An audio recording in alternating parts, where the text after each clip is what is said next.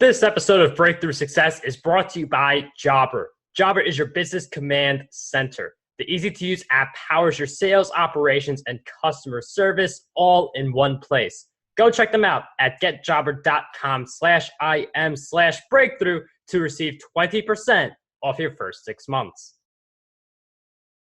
What's up, Breakthrough Success listeners? Mark Burry, the podcasting coach here, helping people launch, grow, and monetize their podcasts. And one of the things that people do very often is when you are a coach like me, it is lucrative. It is something where you're able to serve people in a big way. But the issue with coaching is the scalability, because you have a limited amount of time in a given day. And you do hear about some six-figure coaches feeling burnt out, not having time for their families. So what do? You have to figure out, how do you turn something like coaching or a done-for-you service into a product where you can make money in your sleep once you have it all set up.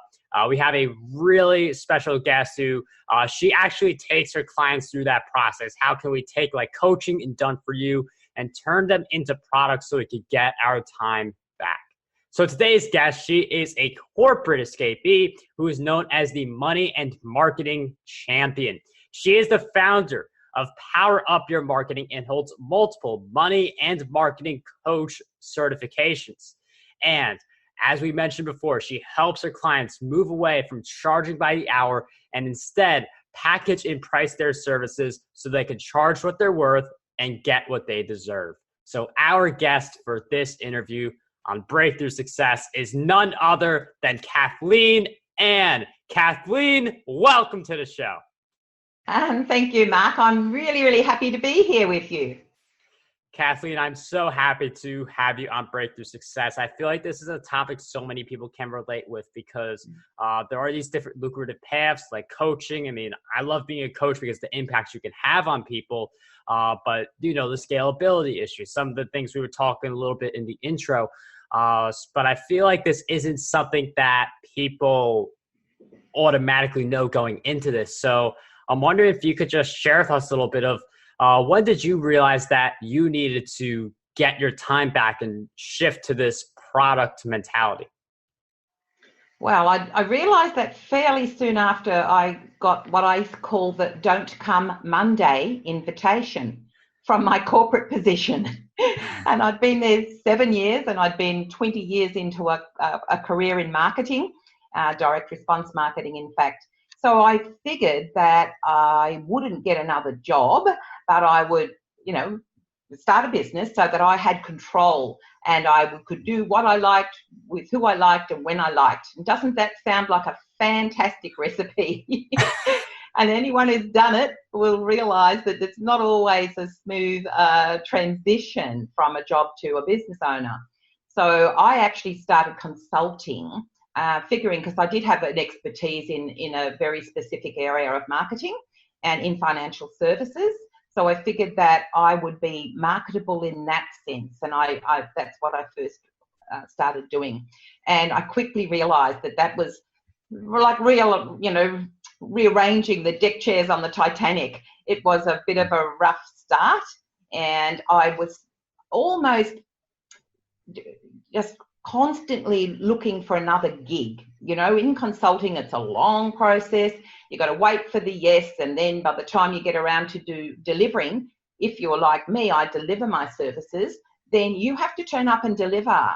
So while you're doing that sort of thing, then off goes the rest of your marketing and so forth. And I figured there's got to be a better way, and that's what started me on the path of looking for somebody who had the sort of business that I wanted. And that's what I did. I started to look and then felt that there's a lot of people just like me going through that same process. So that's what got me really excited, is not only did I solve my problem, but I figured this is the problem I can solve for other people. And that I pivoted my business on that. Absolutely. Yeah, and I feel like if you do dread your Monday, I mean, that's a sign that you're not doing the right things with the time that you have. I mean, I see people think like, well, it's 5 days a week. I get Saturday and Sundays. I'm getting the money in. But the ways you feel about work, that carries over into areas outside of your work. So like if you're doing something on Monday you're not liking, you should definitely look for a way to get out. Heard of some rough stories. Kathleen mentions how, like, it's not a smooth transition. Some people, they get into debt for their business and they're nervous about like making enough money when they get out of their job. So it's not something to be taken lightly, like making that jump. And Kathleen did start with consulting. So I'm wondering, how did you get the initial momentum for your business when you decide corporate stop for you and you go into consulting? Well, just tell me what you asked again specifically. I missed that last bit. So like when you got out of your job, yeah, and you got into the consulting, can you talk about that transition and how you got the initial momentum?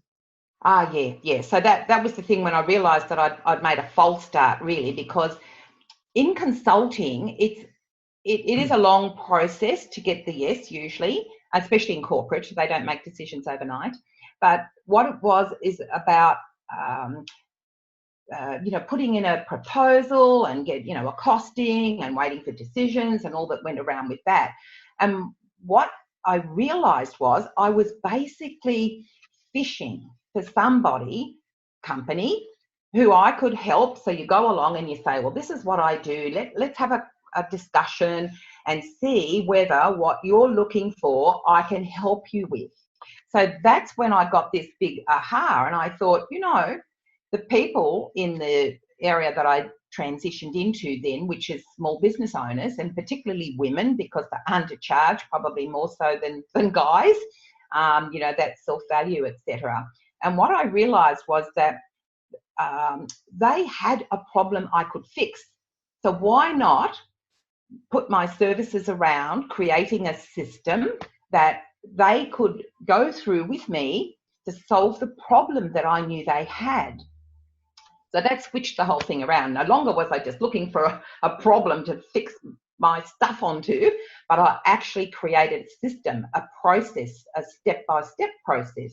I call those my signature system, and that's what I help clients do who are in coaching and consulting, that sort of thing. Why not go right back and go, what do I love to do? What am I really good at?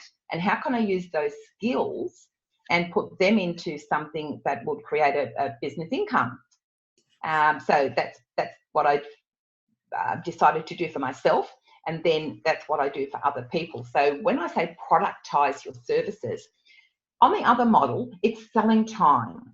And the reason we start selling time, well, there's two really. We come usually out of a job. Those who didn't go straight into a business, who have come from some sort of employment, you get paid by the hour, not by what you do or the results that you get. In management, yes, you get bonused and you get KPIs and that sort of thing, so that you can earn on top of what might be your regular salary, but you do know that you get paid usually by the time that it takes. And then in professional services, doctors and lawyers and solicitors and the like, they turn on the meter when you pick up the phone, and they're charging for their time. So this is what happens. We've just been conditioned to sell our time. And I would say to you, Mark, why would I buy your time? Why would I do that? I want to buy what you can do for me. So that's what is the big mindset shift for people, is to think about the results. So when you create your services around solving a problem that is going to get the outcome for the client, which is a solution to the problem, it becomes so much easier. And then the more that you sell services into solving that problem, the more expertise you get, the better you get, and guess what happens then? You can put your fees up. Experts get paid more. So that's the thing. Look for a niche market and don't try to serve everybody, which is what a lot of coaches do. They looking for the next warm pulse. Who can I sign up as a client and what can I do for them, rather than go with a very specific offer. And that offer is like, that's when I say it's almost like productizing. You can hold it in your hand. You can hold it out almost and put that in front of somebody and ask them to buy it, because they've got a clear idea of the outcome that they'll get when they engage in your services. And a lot of really interesting points. I mean, the fact that people aren't paying for your time, they're paying for your results. And we do have to think about that if you are a consultant or a coach. I mean, it is by the hour, that's how you get paid, but people want the results. So if you're able to give them the results and the coaching, that's going to help you get more clients. If you give them the result of like a training course, that's going to help you get more sales. And you create the training course once, and then it's one of those forever things.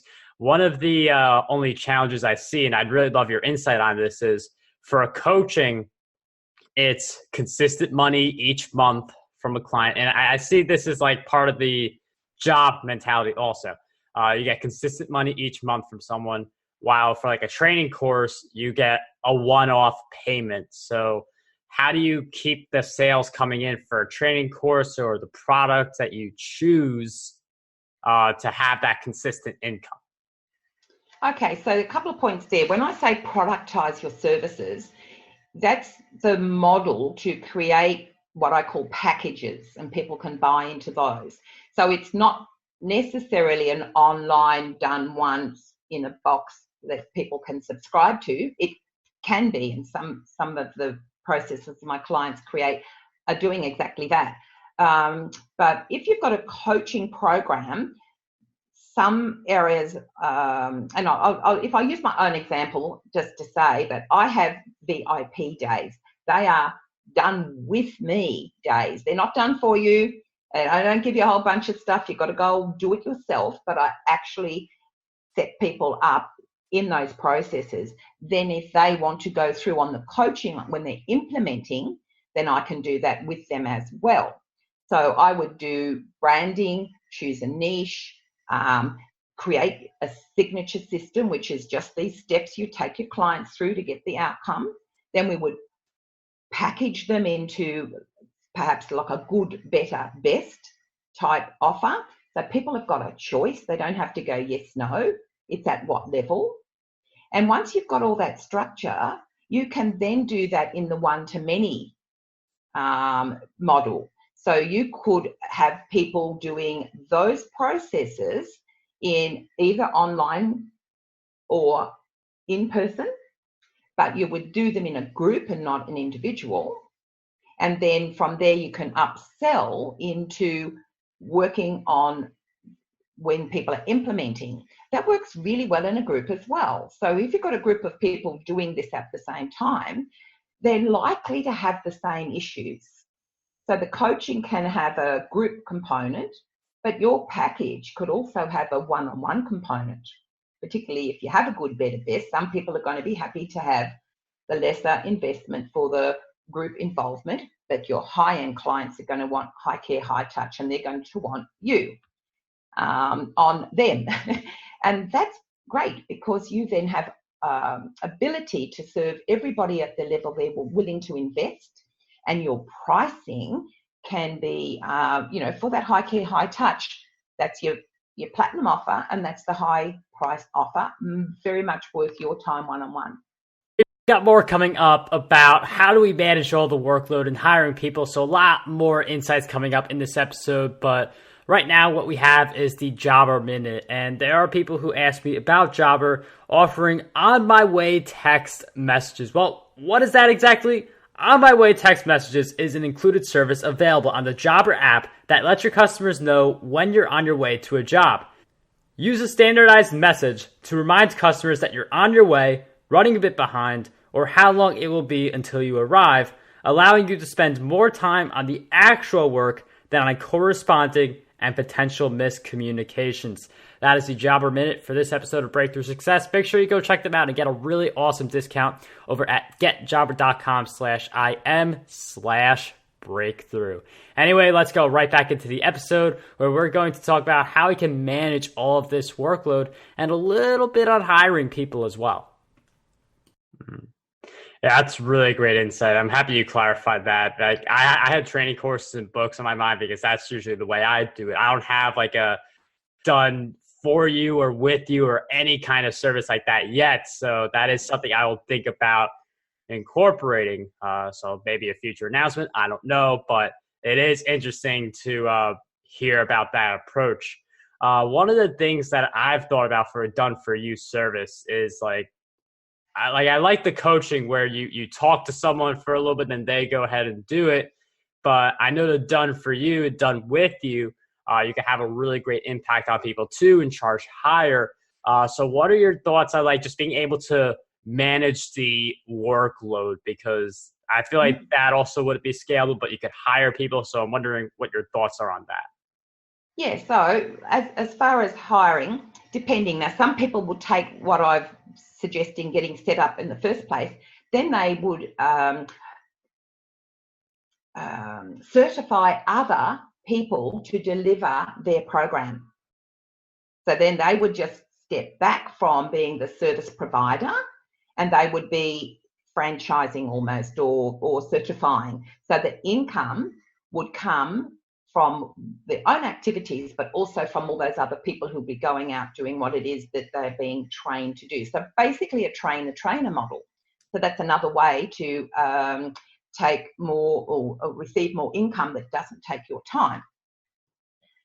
At the same time, the groups can be really quite large groups. You know, you can be working in processes where the basic foundational work is done in quite a large group, and then in the implementation phases, if you wanted to create that sort of program, you can almost create mini groups within the group so that you can break them down and have them working with a buddy to, you know, advance their progress so that they're helping each other while you're helping the whole. There are all sorts of ways. I call that slicing and dicing.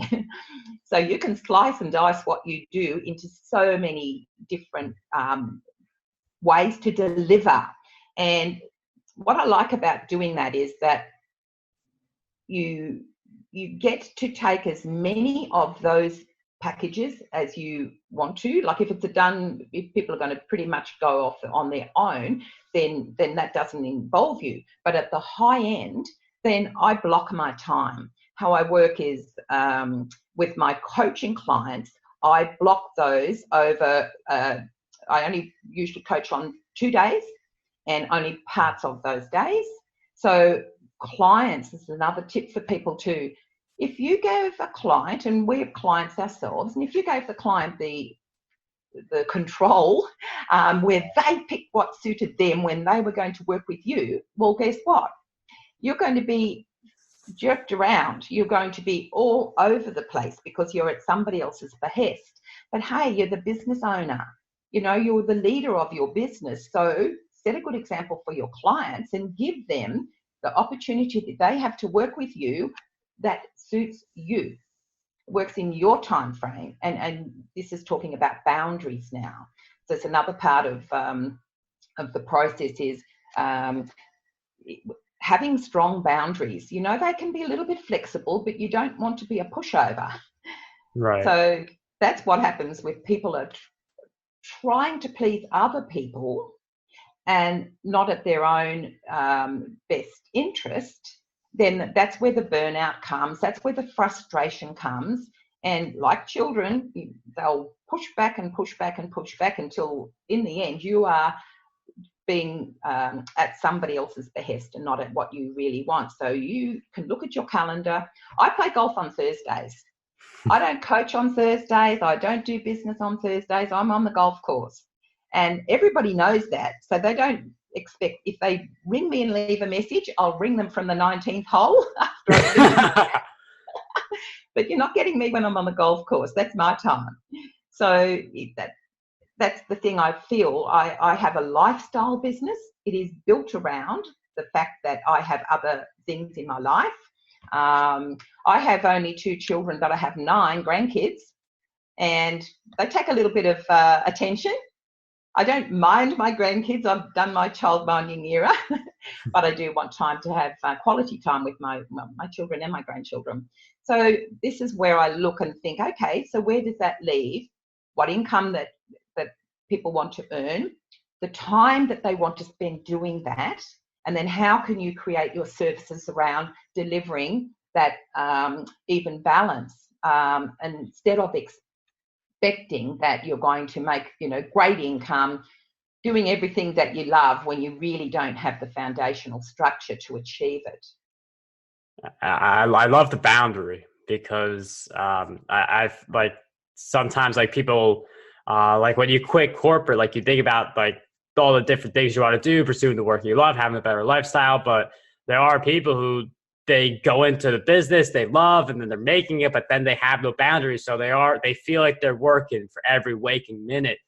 And I mean, for some people like that idea of you playing golf on Thursday, like I vibe with that. I really like that. I feel like a lot of people like to have that kind of an option. But there are some people who you mentioned this, they want to please the client. They want to, they'll fold if the client says like Thursday in the middle of your golf game. So how have you gotten good at setting boundaries? And have you ever had a client who said like, I want to do Thursday when you were on the golf course? So if that were to happen, and it doesn't, because when I'm talking with my clients, they know up front how we're going to work, how it's going to roll, and they respect that. See, this is what I think is it's a whole mindset thing that we, especially coming out of corporate, you've had to suit up and face up and be the what you are expected to be.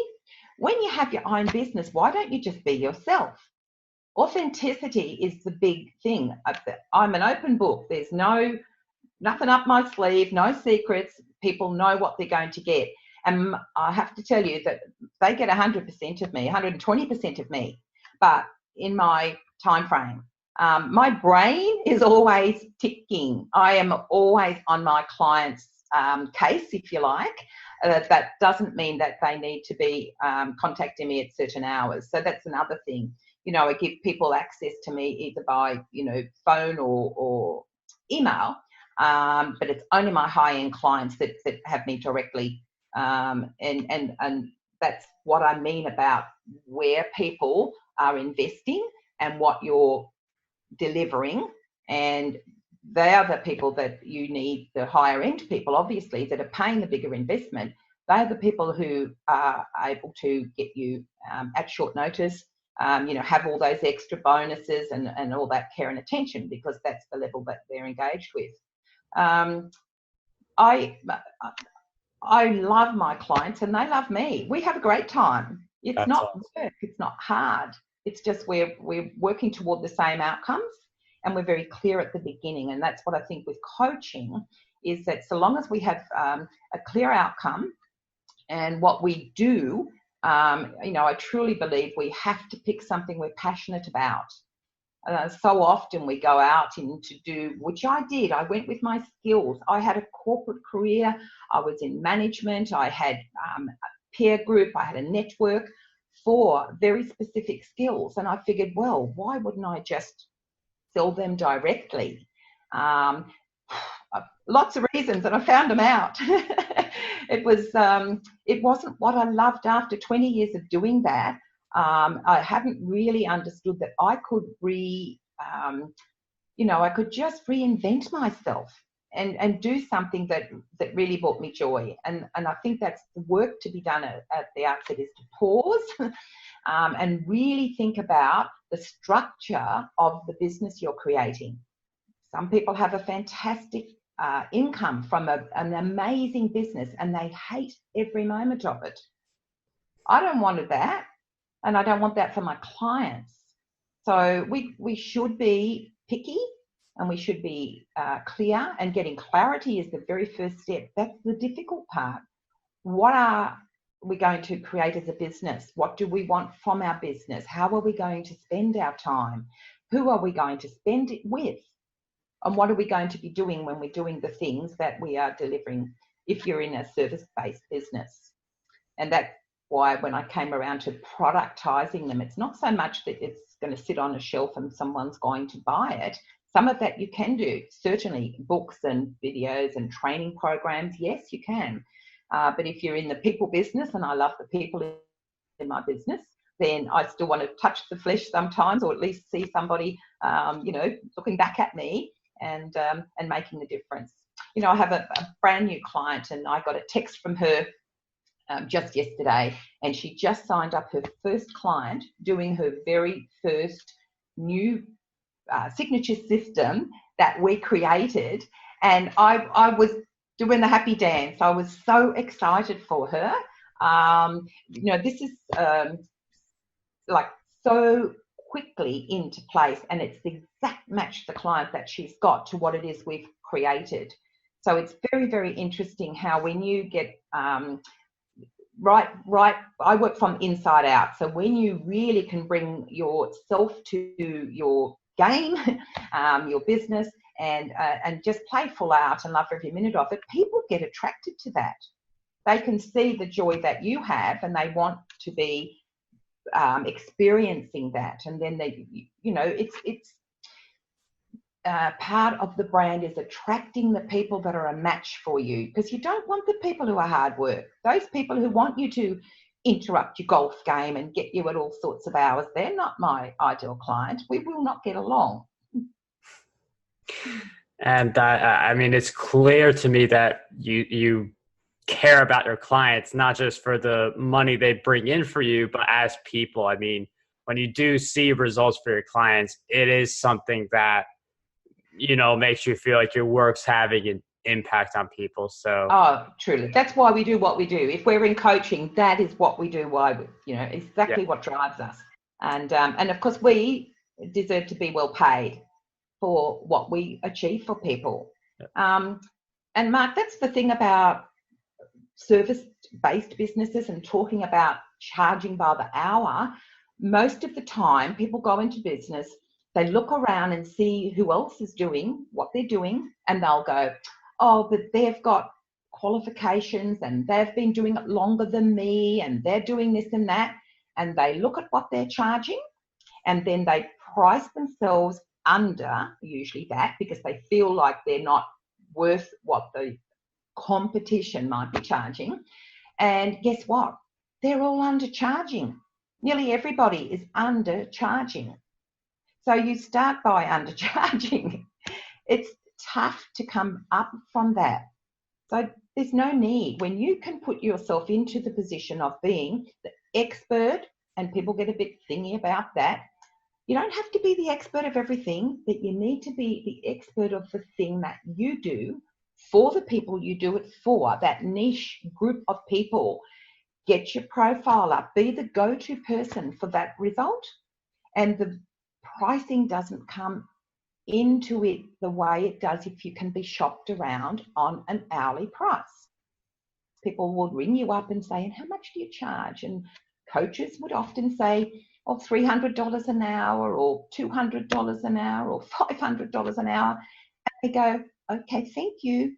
They hang up and they ring another person who's a coach. And how much do you charge? So it's a mindset that we've got. And I want people to realize that, think about it.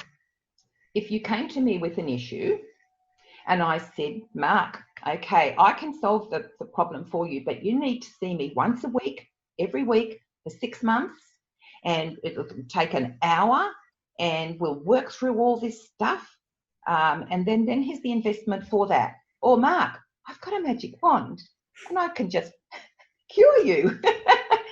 What's worth more money? Good point. Instant cure. So think about busy lives. People are really busy. Coaches tend to load so much into their program. They take so much time from their prospective clients that they get overwhelmed. They give them so much information and processes and muddle that they can't actually get into the action that you want them to take. So less is best. Be really clear and be really precise, because those outcomes, they're just the next step and the next step and the next step. And we need our clients to understand that we know the way, we can lead them there. We're expert at what we do, and look at the results we get for our clients. We can evidence them. They're giving us glowing bouquets and testimonials. So that's what we need to gather. So we need to be able to have a rinse and repeat. And there you get your time back. When a client wants to do work with me, just say they only wanted to do branding. I pick up my branding material and I work with archetypes. So I have these beautiful archetype cards which help people understand themselves.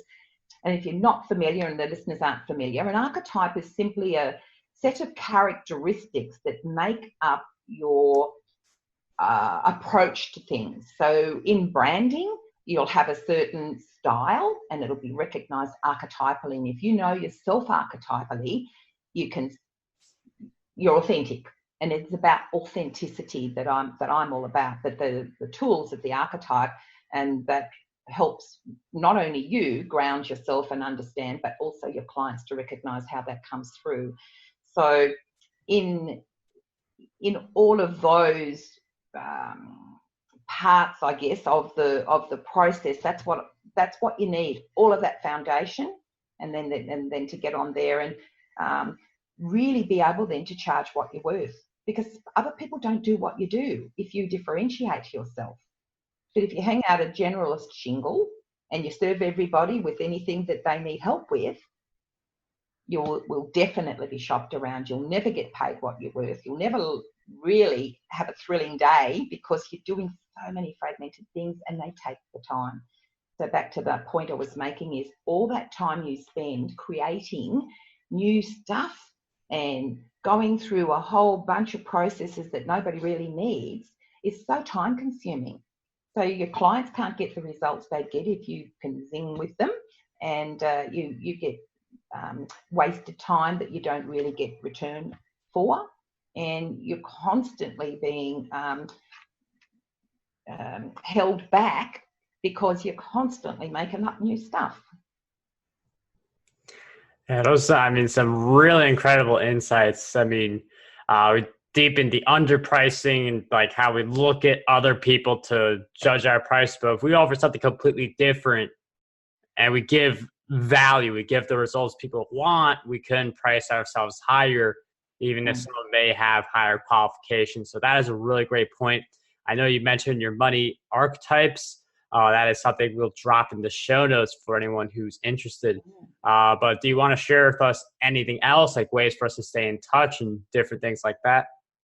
Yeah, so I actually work with two sets of archetypes. One is for branding, and that's part of the positioning, the offerings and the marketing side of things. The other one is the money archetypes, and that is where how we think and feel about money.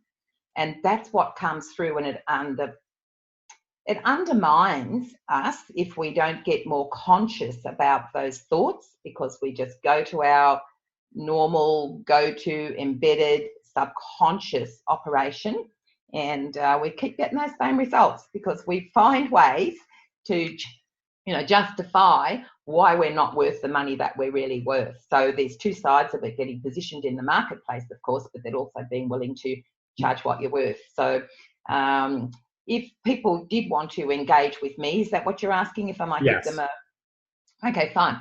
So if you were to go to my website, you can actually find a place on a couple of my pages where you can book in a complimentary 30-minute session with me, and I'll help you get clear about your marketing, as well as the money that you could earn if you look at the structures that I would chat to you about.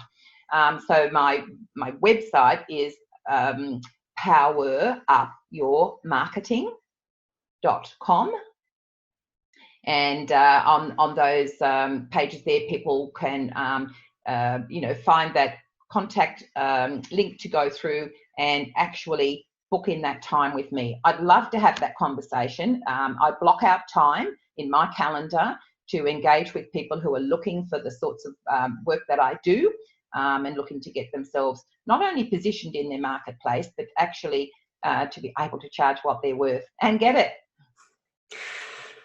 Kathleen, really awesome stuff. All those links will be in the show notes as a reference. We'll also throw in the strategy session for me, markberry.com/strategy, or you could just text the word strategy to 31996 if you want to learn how to launch, grow, and monetize your podcast. Kathleen, once again, I can't thank you enough for taking the time to share all of your great insights and take the time to be on Breakthrough Success. It's been my absolute pleasure, and I want people to be able to really get value from the work that it takes to put yourself out there into a business. I'm all about supporting people to do exactly that. This episode of Breakthrough Success was brought to you by Jobber. Jobber is your business's command center. The easy-to-use app powers your sales, operations, and customer service all in one place. Start a free trial or sign up today to receive 20% off your first 6 months over at getjobber.com/im/breakthrough.